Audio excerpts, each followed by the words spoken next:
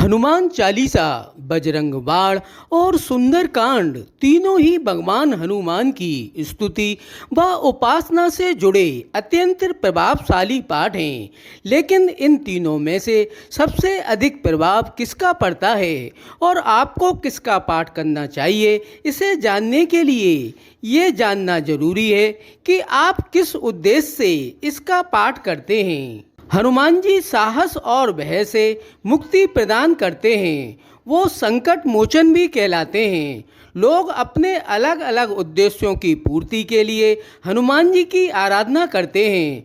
हनुमान जी की कृपा पाने के लिए लोग हनुमान चालीसा का भी पाठ करते हैं, बजरंग बाण का भी पाठ करते हैं और सुंदरकांड भी पढ़ते हैं। लेकिन कई बार भक्तों के मन में ये सवाल आता है कि इन तीनों में सबसे शक्तिशाली कौन है या किसका प्रभाव सबसे ज़्यादा पड़ता है और उन्हें सबसे अधिक किसका पाठ करना चाहिए। इस सवाल का जवाब पाने के लिए ये समझना जरूरी है कि तीनों में अंतर क्या है और तीनों को पढ़ने से क्या क्या लाभ मिलते हैं।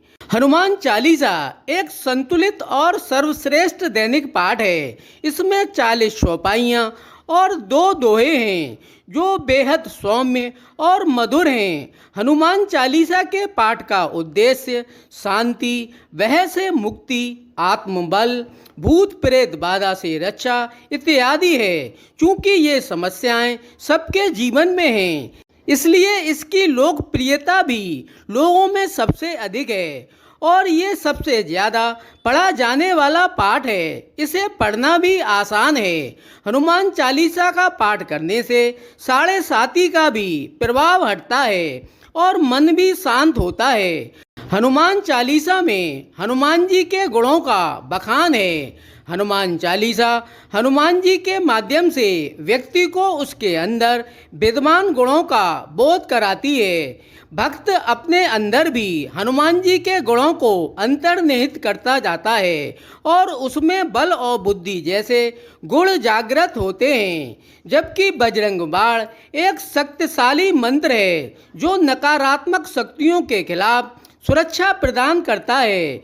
बजरंग बाण में सारे बीज मंत्रों का स्रोत है जो एक शस्त्र के बाण की तरह सुरक्षा के लिए इस्तेमाल किया जाता है।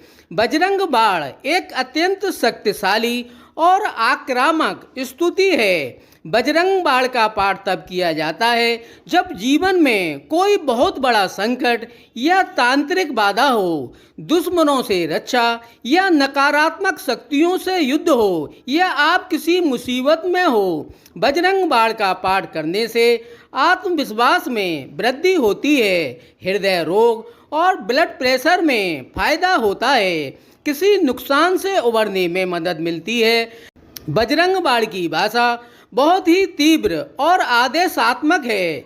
इसका पाठ तुरंत परिणाम चाहने वालों को ही करना चाहिए और इसे सावधानी पूर्वक भी पढ़ना चाहिए।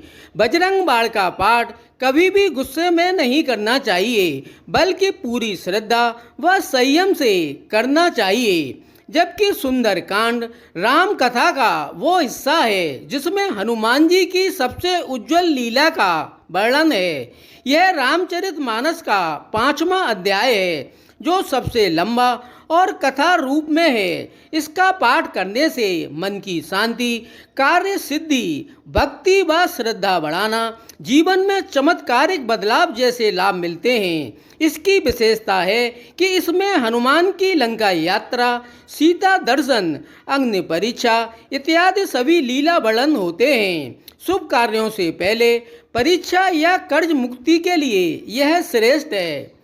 तीनों के बारे में विस्तार से जानने के बाद इसका जवाब सरल हो जाता है। यदि आप दैनिक साधक हैं तो आपके लिए हनुमान चालीसा श्रेष्ठ है। अगर आप भारी संकट में हैं तो बजरंग बाण एक शस्त्र की तरह है और यदि आप पूर्ण कथा, भक्ति व चमत्कारी अनुभव चाहते हैं तो सुंदरकांड का पाठ सर्वोत्तम है। अगर यह वीडियो आपको अच्छा लगे तो लाइक, शेयर और सब्सक्राइब करें और कमेंट में श्री राम लिखें। जय श्री राम, जय हनुमान।